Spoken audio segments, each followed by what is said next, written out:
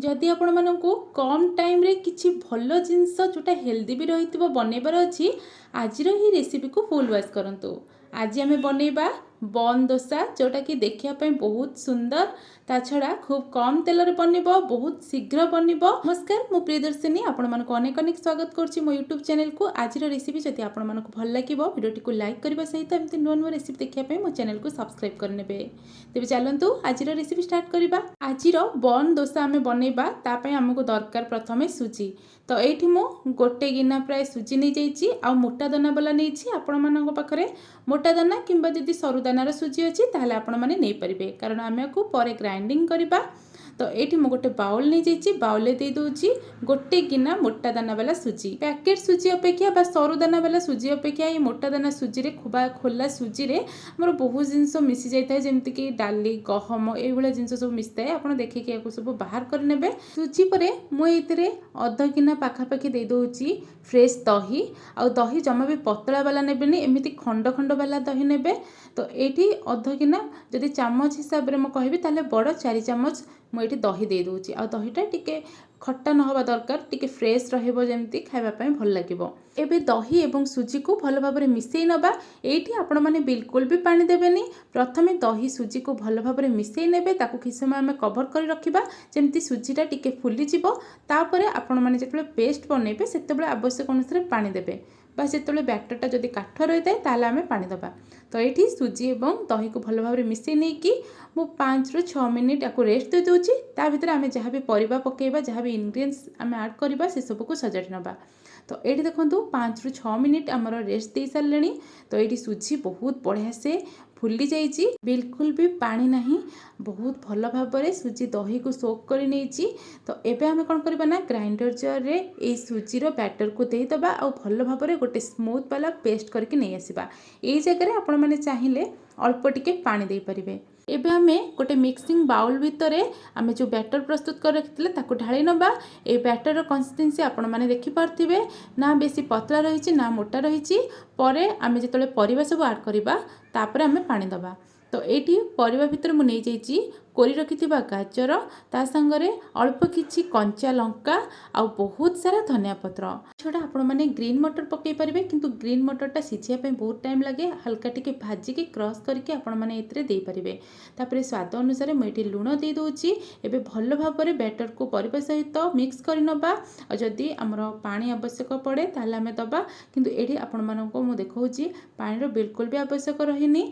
आ batter रो consistency आपण माने चकुली पिठार कंसिस्टेंसी भली रखिबे जेमति आपण माने घरे चकुली पिठा बनांती जेतिकी पानी देकी बेति पानी रखंती सेमिति ही रखिबे।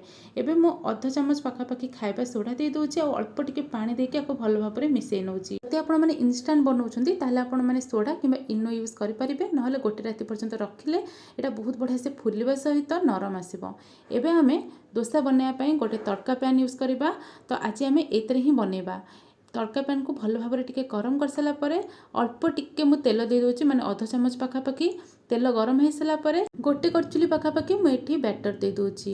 एबे हमें कोन करबा ना आको कवर करनबा मात्र 2 मिनिट पई कारण ए डोसाटा बहुत जल्दी बनि जाय। आ देखिले तो मु केति की तेल यूज करिछि। तो एबे कोन करबा ना ए बैटर रो ऊपर हल्का गोटे दुईटा ड्रॉप हमें तेल दबा। एटा आपण माने पकई परंती न पकेले मथे चलिबो। एबे मु गोटे लुहा खटिकार बैक साइड रे आकु उल्टे नेबी कारण एतरे मते टिके सहज लागिला। तड़का पैन रो स्पेस टिके छोट रही थाए तो ताकू ता भीतर जति आमे ए जिंसटा उल्टा पलटा करिया ता पई बहुत छोट साइज रो पिठा करिका दरकार जोटा मो पाखे नथिला। तो एमती मु टिके जुगाड़ लगे देछि। तापरे पुणी थरे आकु आमे कवर कर दबा 2 मिनिट पई एमिति 2 रु 4 मिनिट भितरे हमर गोटे बन डोसा बनिकी रेडी हे जिवो बेसी टाइम आपण मानको लागिवनी। तो एटी सेम प्रोसेस रे मु आउटे डोसा बनि नउछि हल्का टिके तेल दे दबा गोटे करचुली हमर बैटर दे दबा पुणी थरे आको कवर करनबा। गोटे रु 2 मिनिट परे आपण माने कवर को काढी नेबे एवं ऊपर हल्का टिके गोटे रु 2 ड्रॉप आपण माने तेल दे देबे पुणी थरे आको आपण उल्टे नेबे। आ केते सहज रे देखंतु बिल्कुल भी तळे लागोनी आ बहुत बढ़िया से उल्टी जाउछि सेम प्रोसेस रे सब गुड़ाक दोसा बनैकी एमती रेडी कर नबा। आ ये दोसार साइज बहुत छोट होइतिबारु देखिया मध्य सुंदर लगे, ता छड़ा खाइबा मध्य बहुत बढ़िया लगे। एबे कौन करबा ना, आम चटनी बनैबा। चटनी बनैबा मु 2 चमच रिफाइन तेल दे दूची, तापरे 2टी बड़ साइज रो टमाटो दे दूची, आउ किछि देसी पियाज दे दूची, अल्प किछि रसुण दे देके आको कवर कर नउची। हल्का टिके हमर टमाटोटा सिझी गला परे आको टिके भाजी नबा। भाजी नहीं सारा पर देखो मुझे गोटे ग्राइंडर जार दे दूची। यार गोटे स्मूथ पेस्ट बनैकी नहीं आसवा। आ चटनीटा बनवाई भी बेसी टाइम लगी न थाए। ये चटनीटा आमर ये दोसा सांगे खाइबे बहुत बढ़िया लगे। तो ये देखो या पेस्ट करने भितर एपटे गोटे तड़का दबा, जो कि हल्का टिके तेल रे सोरिष एवं सुखला लंका दे गोटे छुंक देदबा। आपण मैंने छुंकटी को मिसई नहीं पारती चटनी रे, ना आपण मैंने जो सर्व कर छुंक देकी सर्व करेंगे। तापर अल्प टिके मु धनिया पत्र दे दूची, बहुत भल टेस्ट लगे। तो आपण मैंने ए हल्का टिके चीनी दे पारे, ना आप लंका गुंड आड करेंगे। तो आपको भल भाव टिके मिसई नबा। बास आमर चटनी रेडी हो गला। सर्विंग प्लेट रे सर्व कर नबा गरम गरम बन दोसा सांगरे। बहुत बढ़िया टेस्टी गोटे टमाटर चटनी, जोटार कॉम्बिनेशन बहुत बढ़िया रही।